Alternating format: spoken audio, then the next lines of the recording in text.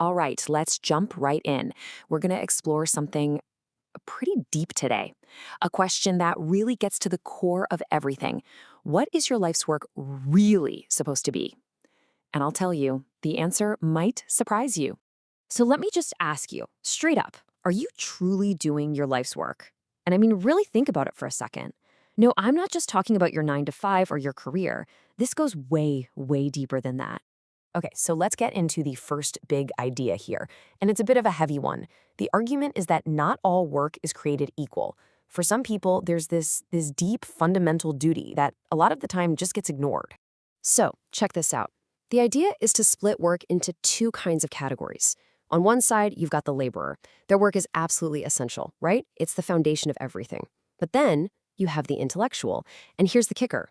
Their knowledge, their education, it didn't just appear out of nowhere. It was built on the backs, on the sweat and sacrifice of society. So that creates a debt, a serious obligation to give back, to use that brain power to serve the very people who made it all possible.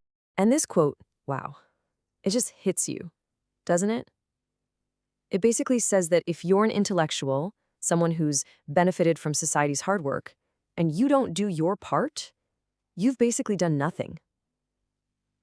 Like zero. Your entire life's work could amount to a big fat nothing if it's not serving a purpose beyond yourself.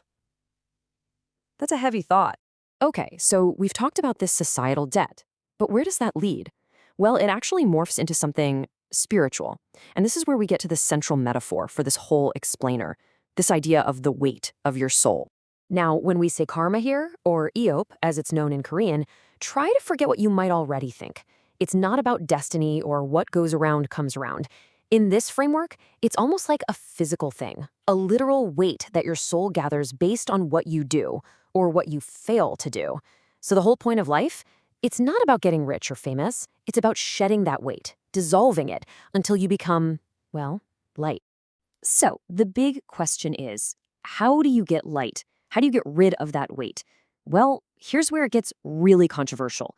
The argument is that a lot of the stuff we normally think of, prayers, rituals, they just don't work. I mean, just listen to this. Begging until your palms bleed will not make you lighter by a single millimeter. That is intense. It's making it crystal clear you can't beg your way out of this. You can't wish it away. This spiritual debt isn't paid with words or thoughts. It's paid with action. And this is where the whole weight thing really matters. Think of it like spiritual physics. A soul that's heavy with all this unresolved karma, this unfulfilled duty, it's just too heavy to rise. It gets pulled back down. But a light soul, it's buoyant. It doesn't need anyone's permission to go to heaven or ascend. It just floats up, naturally, automatically. Okay, so if praying and rituals are out, what's left? What's the actual path? Well, it all comes down to action. But not just any action. As we're about to see, it's about a life of pure and total selflessness. So the roadmap is pretty clear, broken down into 3 steps. First, you have to dedicate your life to helping people, to being useful to society. Simple enough, right? But step 2, that's the tough one. You have to burn yourself completely in service. That means holding nothing back, pouring every single ounce of your energy into it. And if you do that, the 3rd step isn't some reward you get. It's just what happens. It's cause and effect. Your soul just becomes clean. It becomes light.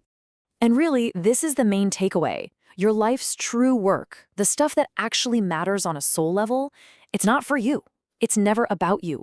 It's for everyone else. It's about what you give to the world. All right, let's zoom out for a minute. We've been talking about the individual, right? Your soul, your purpose. But what happens when you apply this same thinking to an entire nation? Suddenly, it becomes this massive, collective, historical mission. And this national mission, it's not starting from zero. Think about it. It's built on the sacrifices of generations past.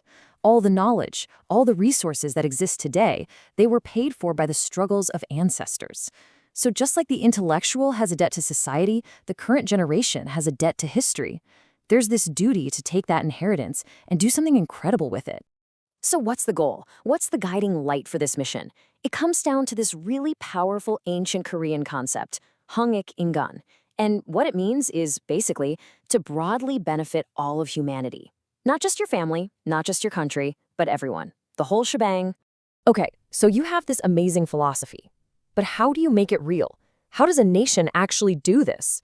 The argument is you have to turn that principle into something solid, something tangible. You create a new law, a new way of operating that is built on this very foundation. And this is where the idea of true independence gets really interesting. It's not just about having your own government, it's about having your own ideas. See, if you're just copying other countries' laws and philosophies, you're a follower. But a truly great nation, it creates its own guiding principles, laws so good, so beneficial that other countries want to follow its lead. That's how you go from being a follower to a leader for all of humanity. Which brings us to right now, the climax of this whole idea. Because the argument is that this isn't just another year, another decade. We're standing at a critical crossroads in history, and the stakes could not be higher.